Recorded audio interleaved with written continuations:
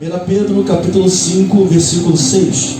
Humilhai-vos, pois, debaixo da potente mão de Deus, para que ao seu tempo vos exalte, lançando sobre ele toda a vossa ansiedade, e porque ele tem cuidado de vós. Sede sóbrios, vigiai, porque o diabo, vosso adversário, anda ao derredor, bramando como leão, buscando a quem possa tragar, ao qual resistir firmes na fé, sabendo que as mesmas aflições se cumprem em os vossos irmãos no mundo. Curve sua face, vamos orar ao Senhor. Pai querido, eterno Deus, nós te exaltamos e glorificamos o teu nome. Nós entendemos que tu és a rocha muito mais alta do que nós, aquele, Senhor, que está além das nossas dificuldades, além das nossas crises, está a tua forte mão. Tu és a rocha, Senhor, poderosa, que nos mantém firme em minhas aflições, em minhas lutas e minhas dificuldades. Ao começar por mim nesta noite, quebra corações aqui neste lugar, que a tua palavra possa entrar e fazer morada em nossos corações, que o coração mais endurecido possa receber e entender que só o Senhor é Deus, que se há esperança para nós, essa esperança vem de ti. Assim eu oro, já te agradeço. Nós repreendemos toda ação contrária à tua, todo espírito contrário ao teu, parta em retirada, e o Senhor venha fazer aquilo que lhe apraz. A igreja é tua, o povo é teu, Senhor. Nós somos ovelha do teu pastoreio, nos colocamos sobre a tua vontade. Assim nós oramos e já te agradecemos, no nome que é sobre todo nome, nome poderoso de Jesus. E aquele que crê, diga amém. Amém. Podem sentar em nome de Jesus. Meus irmãos, para que você fixe bem o tema dessa mensagem, eu vou mexer contigo um pouco. Vou pedir para você olhar para o teu irmão da direita e falar para ele assim, ó, a crise da humildade. Se tiver irmão na esquerda, fala para ele também, a crise da humildade, meu irmão. Para você fixar, ir para casa com essa mensagem no teu coração. Crise significa choque, confronto, oposição. Se tem uma coisa que mexe com o nosso coração, se tem uma coisa que realmente mudou na minha vida, é quando eu sentei no banco que eu ouvi uma mensagem que me confrontou, uma mensagem que mexeu comigo, uma mensagem que ia de encontro, porque é o encontro aí na direção, mas ir de encontro aí na direção, mas a ação é trágica. Uma mensagem que veio na minha direção, mas que parece que passou por cima de mim. Foram as mensagens que mais mudaram a minha vida. Falar de humildade não é fácil. Às vezes nós dizemos ser ou não ser algo sem nem saber o conceito da palavra. Às vezes eu falo assim, não sou isso, eu não sou aquilo, pastor, mas se perguntamos qual é o conceito dessa palavra, a pessoa não sabe qual é o conceito. Humildade significa virtude, consciências das próprias limitações. Meus irmãos, acredite, é bem mais fácil apontar para o erro de alguém do que ter consciência da nossa própria limitação. É muito fácil para falar daqueles que não estão fazendo do que fazemos. É muito fácil criticarmos os outros sem estarmos na posição em que a pessoa está, e talvez nunca estejamos, do que nos esforçarmos para poder cumprirmos aquilo que nos cabe. Ter consciência da própria limitação não é algo fácil. Se olhar no espelho e conversar e fazer e traçar ali um diagnóstico dos seus defeitos, das dificuldades que nós temos e daquilo que nós somos, não é para qualquer um. E é justamente por isso que ser humilde, ser simples, ser consciente das limitações trazem guerras para a nossa vida. Você declarar a sua miséria, você declarar o quanto precisa melhorar, você declarar o quanto precisa ainda descer, porque tem gente que até passa dificuldade, mas ainda assim não consegue entender o que está acontecendo na sua vida.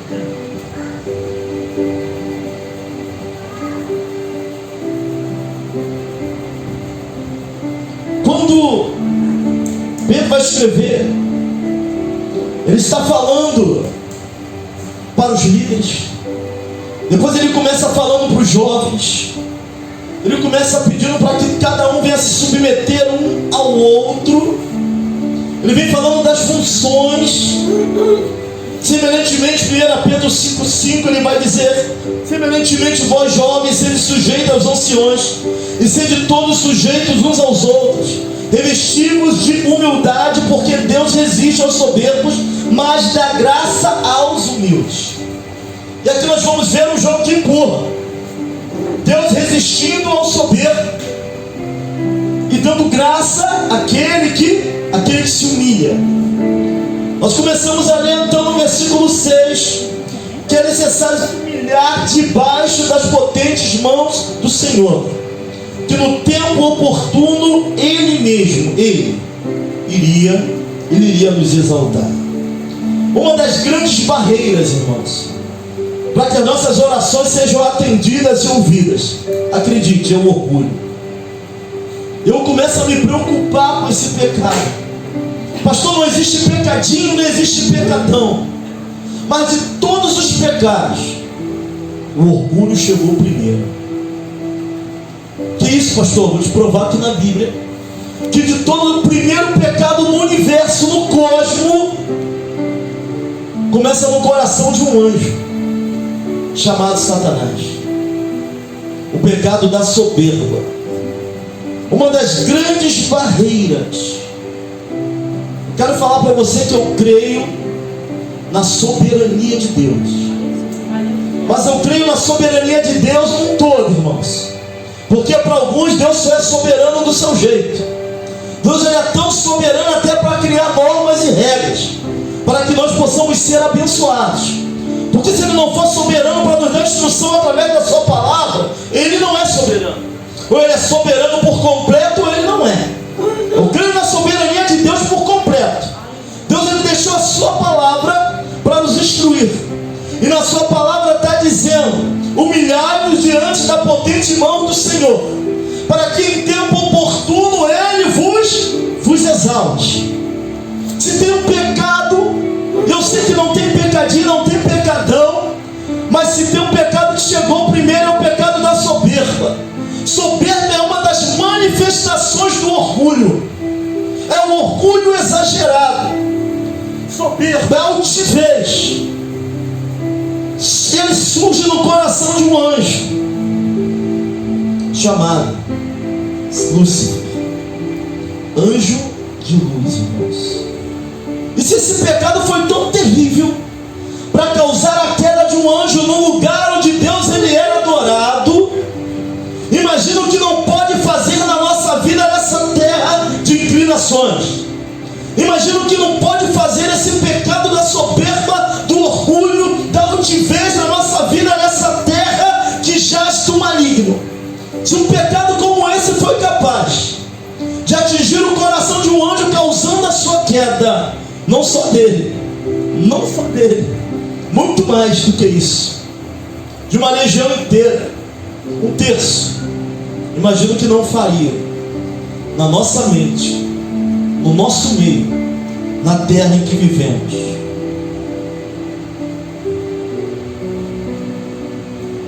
Versículo Isaías capítulo 14, versículo 13.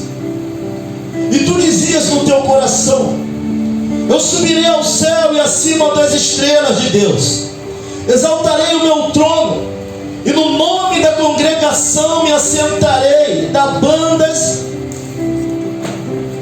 dos lados do norte. Subirei acima das mais altas nuvens, e eu serei como o Altíssimo.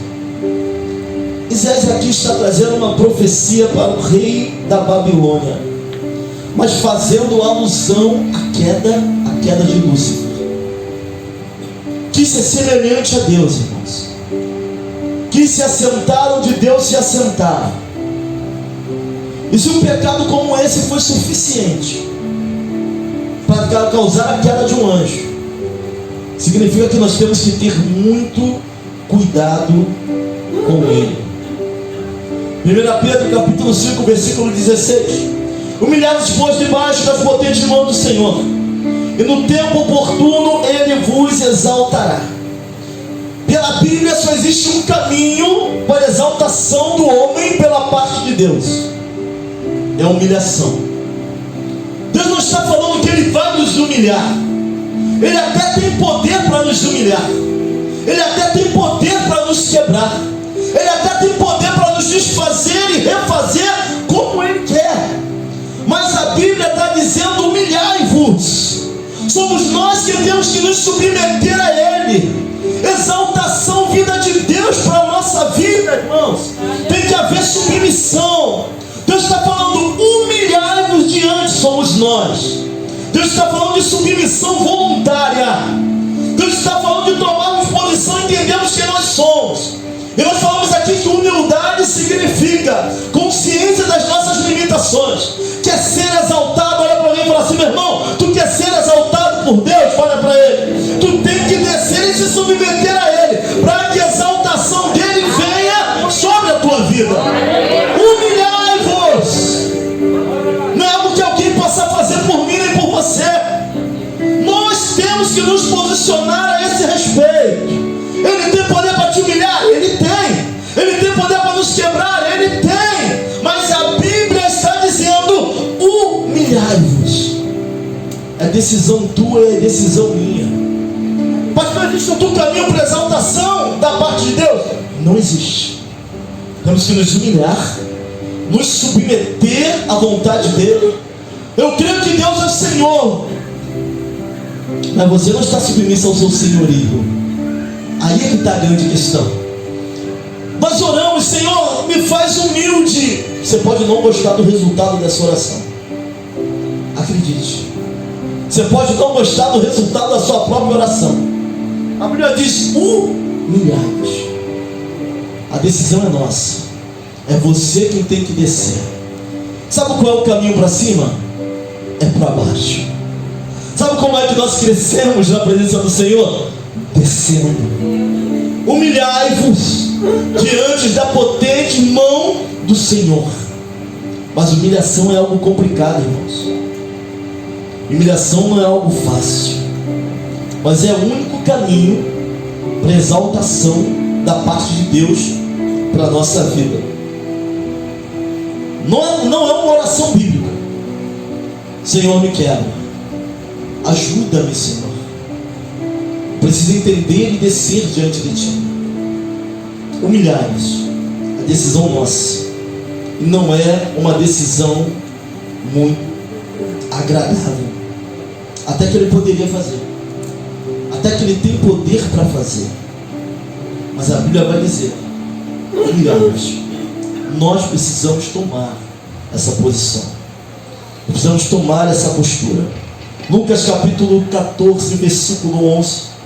Pois o que se exalta será humilhado, e o que se humilha será exaltado. Nós vimos ali que Deus, Ele resiste ao soberbo. Irmãos, a nossa oração algumas vezes é até louvável, mas eu imagino uma oração de alguém orgulhoso e na direção de um Deus que resiste o soberbo. Eu imagino alguém orgulhoso, até está orando, mas o coração cheio de orgulho, até está orando, mas o coração cheio de soberba, na direção de um Deus que resiste ao soberbo, na direção de um Deus que resiste ao orgulho. Imagina esse jogo de empurra. Imagine quem tem poder para empurrar mais. Se a Bíblia diz que Deus, Ele resiste ao soberbo, é porque resiste. E a palavra do Senhor, ela é verdade. Às vezes até oramos, às vezes a nossa luta até é louvável, mas no meio da guerra o coração está cheio de orgulho. Está até orando, mas o coração está cheio de soberba. Ainda não se submeteu. Ainda tem muito de nós no meio da nossa oração. E aí esse jogo de empurra, de alguém que ora precisa, mas não desce, de alguém que sabe que Ele é Deus, mas não desceu o suficiente, nem se entregou a Ele. E ele resiste à oração do soberbo. E não estou falando besteira. Isso é Bíblia. Isso é palavra. Não tem como, irmãos, se achegar a Deus e um coração orgulhoso alcançar a Deus. Ele resiste àquele que é soberbo. Lucas capítulo 14, versículo 11 fala da parábola das bodas, dos convidados, e vem dizendo que quando você foi convidado para uma festa, fala para sentar não nos primeiros lugares, porque pode vir alguém mais honrado do que você, e o dono da festa te mandar sair e ir lá para trás. Então vai dizer que é melhor sentar nos lugares mais atrás, porque aí o dono vai te chamar de lá e vai te botar mais na frente. E aí você vai ser honrado. Você percebe que todo aquele que se exalta, ele é abatido. Todo exaltadinho, ele não vive muito bem. Ele até entra onde não deve, se mete onde não tem que se meter, entra em questões que não são dele, mas a vida dele não anda muito bom. Quer resolver com a força do próprio braço, quer resolver com a sua própria força, mas o final de tudo ele é abatido, irmãos. E o mais difícil é nós confessarmos que temos esse tipo de dificuldade. Pastor, não tem. Eu falei que a soberba é só uma manifestação do orgulho. Mas tem gente que não quer receber ajuda de maneira nenhuma. É orgulho. Pode pedir, mas não pede. Eu não vou contar, eu morro, mas não conto com ninguém. Eu morro, mas não peço ajuda. Isso é orgulho. Meus irmãos, eu vim de uma terra onde antes de eu chegar lá, eu achava que o orgulho e soberba era só de coisa de quem tinha muita coisa. Mas eu cheguei num lugar onde eu vi pessoas que só tinham uma rede dentro de casa e era orgulhoso até a tampa da cabeça. Conheci pessoas que não tinham carro, mas não pegavam carona em carro velho. Isso aqui no Rio de Janeiro. Ainda falando em carro velho, eu não entro. Eu falei, tu não tem nenhuma bicicleta, Vasco. Mas em carro velho eu não entro. Para ser orgulhoso, soberbo, não precisa ter muito, não. É algo que está dentro da pessoa. Alguns adquirem com o tempo. Eu vou falar um pouco mais na frente da mensagem sobre isso. Não é fácil não, irmãos. Mas para ser exaltado tem que descer. E a prova disso, o grande exemplo de que para ser exaltado é necessário se humilhar, está em Jesus Cristo e Lúcifer. Lúcifer, criatura, gerado num determinado período de tempo, achou que poderia ser igual ao Criador, caiu. Jesus igual ao Criador, onipotente, onisciente, onipresente, desceu, habitou no nosso meio, se fez um pouco menor do que os anjos, se humilhou até a morte de cruz, e vai dizer a palavra que o Pai o exaltou. Oh glória! Você está entendendo o que Deus está falando aqui? Que o caminho da exaltação é para baixo, que é ser exaltado desce. Ah, pastor, eu não sou bobo, eu sou cristão, mas eu não sou bobão, eu sou homem. Deixa que Deus vai cuidar desse negócio, irmão. Glória! Afronta com ele, entrega na mão dele. Estão falando de mim, entrega na mão, se submeta. Humilhai-vos diante da potente mão do Senhor, e no tempo oportuno ele vos exaltará. Isso é a palavra. Filipenses capítulo 29, versículo 11. Por isso também Deus o exaltou sobremaneira, lhe deu um nome que é sobre todo nome, para que ao nome de Jesus se dobre todo o joelho dos que estão nos céus e na terra e debaixo da terra, e toda a língua confesse que Jesus Cristo é o Senhor, para a glória de Deus. Todo aquele que se humilha diante do Senhor pode se preparar, porque exaltação da parte de Deus virá sobre a tua vida. Não estou prometendo, não estou falando nada que não esteja na palavra. Isso é palavra de Deus, irmãos. Pastor, qual é a moral da história, pastor? O caminho para cima é embaixo. Que ele cresça, que eu diminua. O caminho para cima é para baixo. Enquanto nossos narizes estiverem em pé, seremos abatidos. Todo aquele que se exalta é humilhado. Todo aquele que se exalta é colocado no seu lugar. Mas quando eu me submeto, quando eu me humilho diante do Senhor, quando eu entendo quem Ele é, o que Ele é muito, irmão, minha visão vai até ali, mas a dele vai eternamente além. Quando eu começo a entender os seus preceitos, os seus caminhos, quando eu começo a entender a sua vontade, Deus, Ele começa a nos exaltar também. Temos que ter muito cuidado com algumas coisas que crescem em nós. Tem orgulho que nem sempre andou com a gente. Tem gente que começa muito bem na sua trajetória, Mas vai crescendo algumas árvores ao longo do tempo. Vai crescendo algumas coisas ali e o Senhor precisa podar. O Senhor precisa cortar. Quando olhamos para Elias, 1 Reis capítulo 19, versículo 10, e ele disse: tenho sido muito zeloso pelo Senhor Deus dos exércitos, porque os filhos de Israel deixaram o teu conserto, derribaram os teus altares, mataram os teus profetas à espada, e eu fiquei só, e buscam a minha vida para tirarem. Versículo 18: também eu fiz ficar em Israel 7.000, todos os joelhos que não se dobraram a Baal. Elias tem crise de identidade. Elias vai para dentro da caverna. Elias tem depressão. Deus ele vai tratar de Elias. Elias se isola. Elias vai chegar para Deus, e não é qualquer um que vai chegar para Deus e vai falar: tenho sido muito zeloso para com a tua obra. E tem gente que tem crise de Elias, irmãos. Tem gente que até faz mais do que outros. Mas eu quero falar para você que Ele já fez tudo. Tudo que fazemos nessa terra é obrigação de adorar o nome dEle. Quem é dEle tem obrigação em adorá-lo. Pastor, vou todo dia para a igreja, é obrigação adorar a Ele. Aleluia. Só vem porque Ele já fez. Só prego porque Ele já fez. Só tem igreja porque Ele fundou. Só por isso. Tenho sido muito zeloso pela tua obra, Senhor. Irmãos, vamos olhar o contexto de Elias. Elias era um homem de Deus, irmãos. Elias vai chegar para Deus e falar: Senhor, só sobrou eu. Mataram a todos sumiram. E Deus vai falar para ele: Elias, eu separei mais alguns que não se dobraram. E às vezes nós temos crise de Elias. Nós olhamos, achamos que estamos fazendo muito. Pastor, veio lá da minha casa andando para a igreja. Irmão, tem gente que se louva a Deus lá em Nova Iguaçu.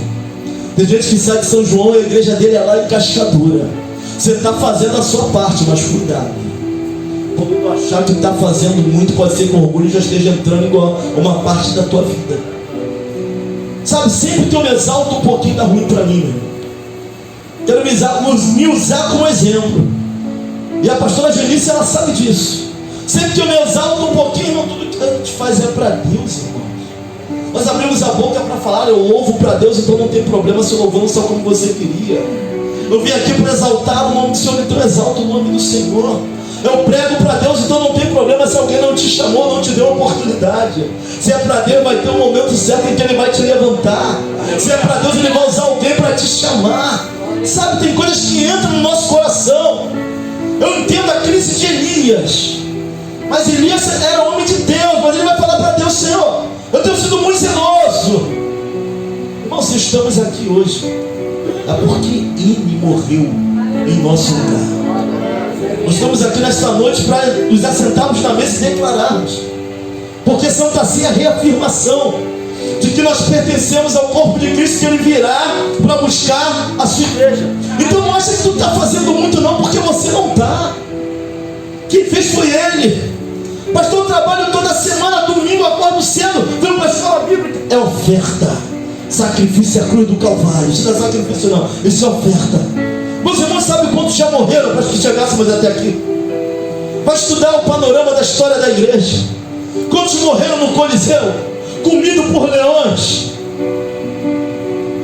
A pessoa enfiava uma vara pelo reto até a boca e colocava os cristãos como tocha humana. Essa Santa Ceia aqui, né, é história. Nós vamos sentar aqui e vamos afirmar a obra de Cristo na cruz. Isso não é pouca coisa não. Tem gente achando que está fazendo muito, porque varre igreja, arruma igreja, sai para não estar não. Da onde Ele nos tirou, se Ele não estivesse intervindo, nem saberíamos quem seríamos hoje. Tenta lembrar quantas vezes Ele já não te levantou. Tenta lembrar quantos livramentos Ele não te deu. Tu tem obrigação de adorar o nome dEle, meu irmão. Eu tenho obrigação de exaltar o nome dEle. Ah, se Deus abrisse nossos olhos espirituais, você vê a legião de demônios querendo tragar a tua vida, mas Deus já deu ordem aos seus anjos para te guardar. E é por isso que estamos aqui. Oh, glória!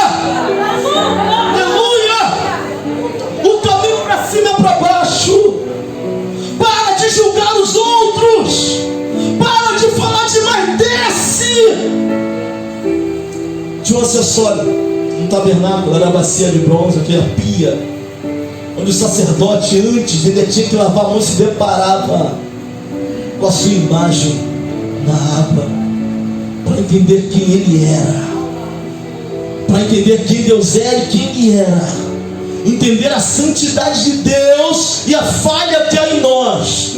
Não me pergunte como um Deus tão grande cabe dentro de nós, não me pergunte. Isso é um mistério da graça, é escandaloso esse negócio, mas Ele nos escolheu. Ele nos escolheu para uma grande obra. Salmo 138, versículo 6: o Senhor é excelso, contudo atenta para os humildes, os soberbos conhece de longe. Ora, Ele sabe quem é quem. Deus sabe quem é quem. Eu quero te atentar para esse pecado. Não tem como nos aproximarmos de Deus e orgulho. Tem gente que aprende um pouquinho assim, já está batendo de frente com todo mundo. Cuidado com isso. Ora, discute não. Eu estava na Quinta da Boa Vista conversando com a católica. Irmão, que conversa boa. Falou que foi em Jerusalém, se batizou de novo no Jordão, confirmou o batismo. Falou assim: meu filho, vai enquanto você é novo. Eu fui lá, eu fui no monte, eu fui ali, eu fui na cruz, no monte da crucificação. Que presença! Podia brigar com ele que é... Não, irmãos. Ouvi a experiência dela, ela falando de Cristo. Ela falou assim: você é pastor? Não é? Eu sou. Ela também é. Eu falei: é. Eu pensei: como é que ela sabe? Deus testificando. A gente aprende um pouquinho, já quer brigar com todo mundo. Desce. O pouco que tu aprendeu ainda não é suficiente, nunca vai ser. Desce. Eles que entram no seminário já quer bater de frente com tudo. Fala que hermenêutica, homilética, exegese, prolegomena, lindo. Mas e aí? Nós somos a geração que está vomitando teologia, mas não praticidade de palavra não tem. Vamos viver a palavra, viver o evangelho. Humilhai-vos diante da potente mão do Senhor. É a palavra dessa noite. É para descer. É para descer. E nós temos um outro problema, que não é orgulho, mas ele pode gerar orgulho. E aqui é guerra para o povo de Deus, irmãos. O problema aqui é a batalha para o povo de Deus. Coração endurecido. Olha para o irmão e fala assim: coração endurecido. A medicina, ela vai dizer, quando os sintomas do coração endurecido, segundo a medicina: palpitação cardíaca, acúmulo de líquido nos pulmões. Existe essa doença no mundo físico. Pressão baixa ao levantar de uma cadeira, pressão cai. O coração endurecido. Todos os sintomas do coração endurecido para a medicina. Mas deixa eu falar agora dos sintomas espirituais do coração endurecido. Pastor, meu coração pode ficar duro. Pancada endurece o coração. Luta endurece o coração. Por isso que eu olho para Davi e eu vejo que Davi era um excelente guerreiro, mas também um excelente poeta. Alguém que apanhou demais, irmão, mas que chorava na presença do Senhor.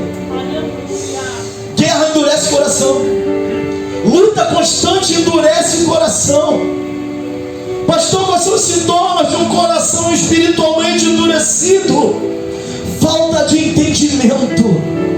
Guarda isso. Deus está falando, ele não entende nada.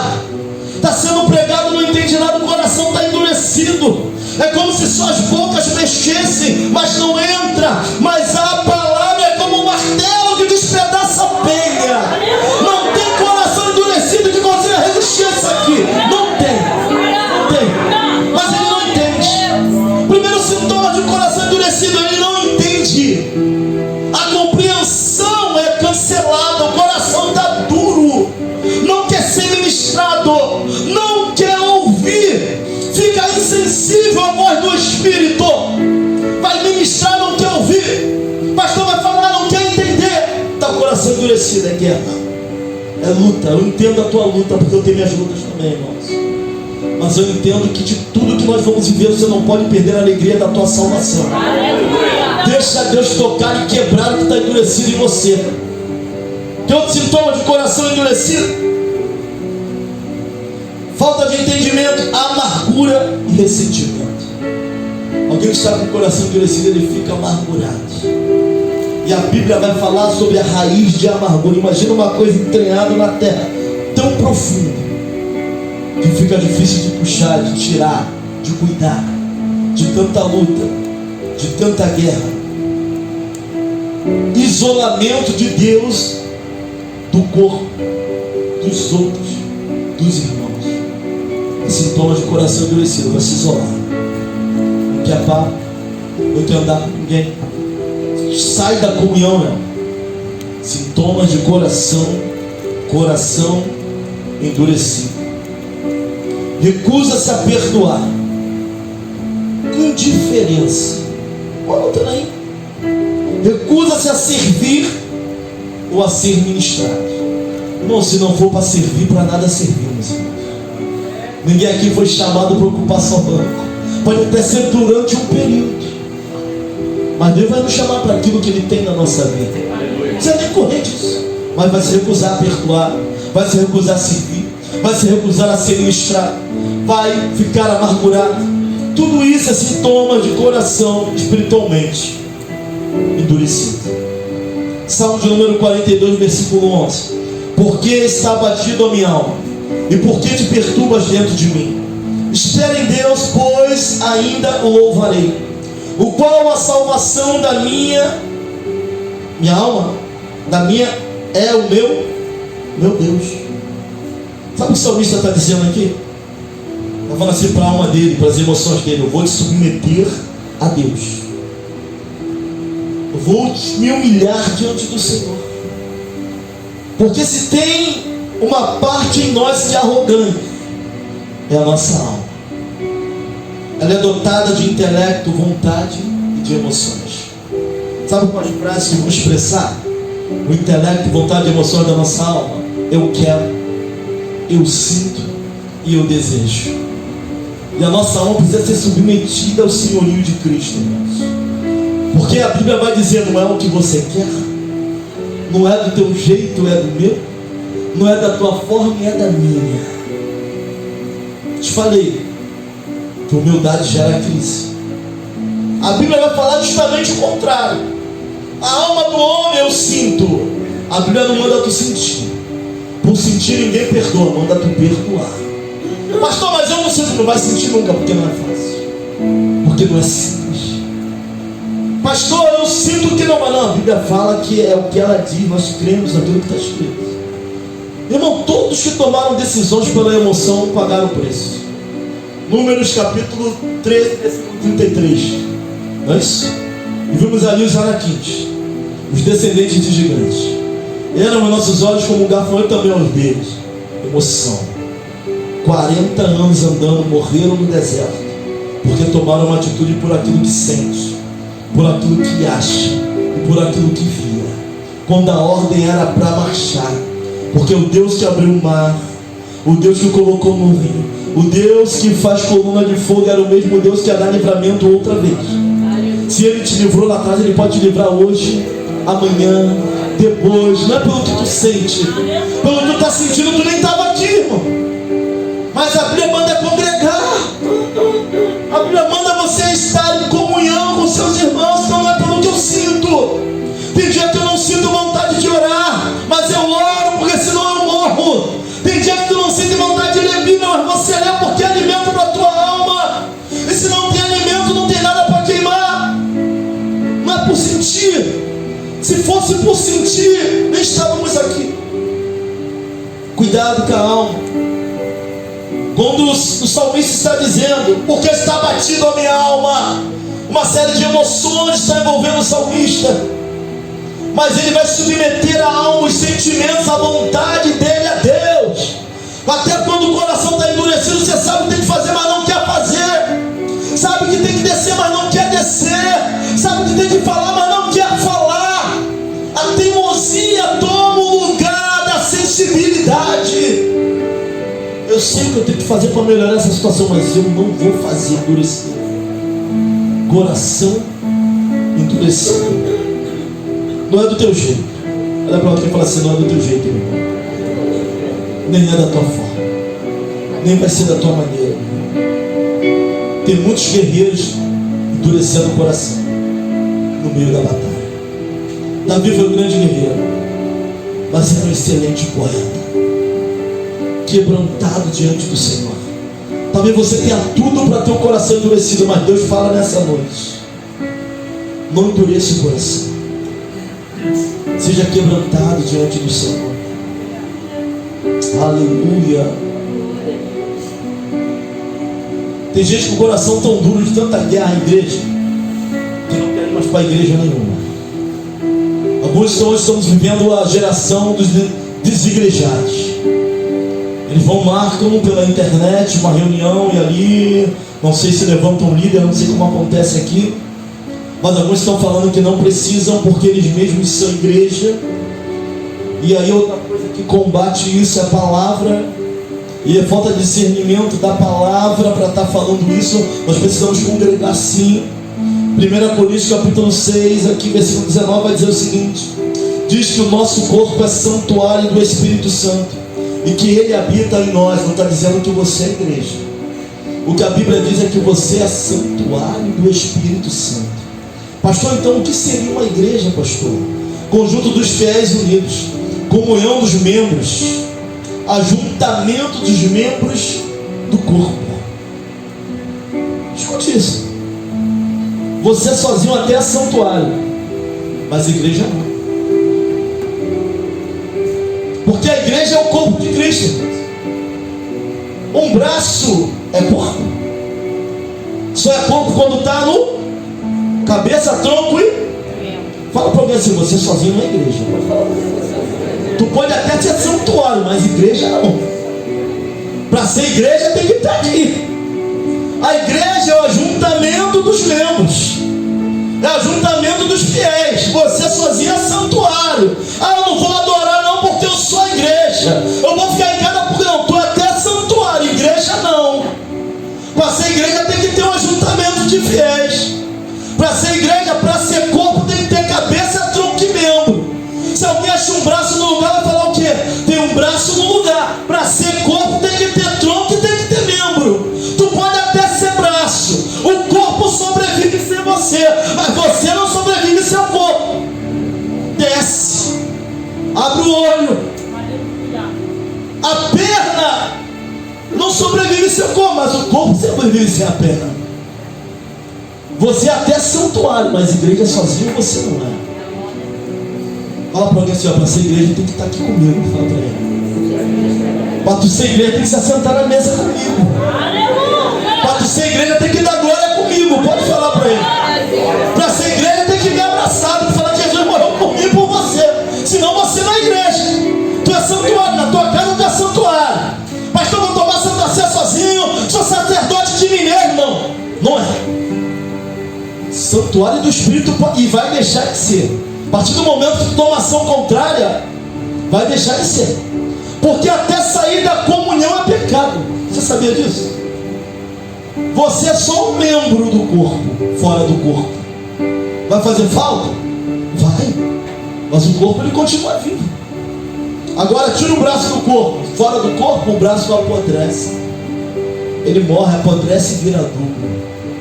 Então sozinho você não é igreja. Você só é igreja quando estamos juntos. Pastor sem igreja não é pastor. Para ser pastor tem que ter igreja. Eu sou missionário, não, tu tem chamado. Para ser missionário a igreja tem que te enviar. Tem que ter igreja. Tem que congregar. Está machucado, mas Deus vai levantar alguém para cuidar de você. Tu só não pode deixar de caminhar, irmãos. Até magoado eu falei que o coração endurecido pode gerar orgulho. Olha o orgulho aí de novo. Eu estava vendo essa semana. Eu sou muito fã desse negócio de mãe de pet, pai de pet. Eu sou pai dos meus filhos. O cachorro tem o lugar dele na família. Gosto, não maltrato, mas cada um no seu lugar. Deus fez as coisas tudo no seu lugar. E servimos a um Deus de equilíbrio. Deus fez o homem, mulher e filhos. Não é isso? Manhã, tarde e noite. Sol, lua e estrela. Corpo, alma e espírito. Olha alguém e fala assim, ó, teu Deus é equilibrado, fala para ele.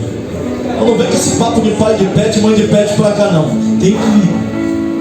Tem equilíbrio. Mas alguém pregou o cachorro e trancou, fechou numa mala. Jogou na estrada, jogou na estrada. Alguém passando, viu a mala mexer, acho que foi mais ou menos assim. Foi lá e abriu, rasgou a mala, um cachorro grande dentro da mala, com cadeado para o cachorro morrer. Quando essa pessoa fazia cair no cachorro, ele gritava de dor. Ele não sabia distinguir o que era maltrato do que era amor. Tem gente tão machucada que não está sabendo distinguir o que é amor, o que é cuidado de maltrato e de cobrança. Que isso, pastor? Tem. Ela fazia o carinho, o cachorro gritava. Ela passava a mão, o cachorro como se estivesse doendo e não sabia o que era carinho. Incapaz de avançar nela, não era capaz de retrucar. Mas ela fazendo carinho e ele gritando. Aí com o tempo ele foi vendo, não sei, o cachorro não pensa, mas o cachorro sente que aquilo ali era bom. Ela botou ele no colo, botou no carro e levou para casa. O animal, tu imagina o ser humano, gente com o coração todo endurecido, que não sabe a diferença de amor e de maltrato, de ser cuidado, de cobrança excessiva. Jesus é o cabeça desse corpo aqui. Aleluia. Corpo sem o cabeça, a gente não sabe para onde vai, nem onde nós vamos chegar. Mas que você entenda nessa noite que você não é autossuficiente. Para ser igreja, tem que estar na igreja. Você sozinho até é santuário, mas igreja não. Essa igreja tem que estar aqui. Sozinho não vamos andar. Só se o cabeça nos guiar. Aí nós iremos. Salmo 51, versículo 17. Os sacrifícios que agradam a Deus são o espírito quebrantado. E o coração quebrantado e contrito, ó Deus, não desprezará. Coração endurecido, irmãos. Oração de coração endurecido não toca a Deus, não. Necessidade só não move as mãos de Deus, não. Sabe o que move a mão de Deus? É o coração quebrantado. Isso move as mãos de Deus. Deixa Deus fazer a obra. Deixa Deus trabalhar na tua vida, assim como eu estou deixando Ele trabalhar na minha. Não pense que essa mensagem não mexeu comigo, não. Não pense que essa mensagem não me bagunçou, não, porque bagunçou, irmãos. Porque até para trazer a mensagem para vocês, primeiro Deus vai falar comigo. Vai me tocar, vai me sacudir. Às vezes a gente acha que não é uma coisa, mas nós somos. E Deus precisa quebrar e tirar muitas coisas de nós. Humilhar-nos diante da potente mão do Senhor. E Ele vos exaltará. Aleluia. Glória a Deus.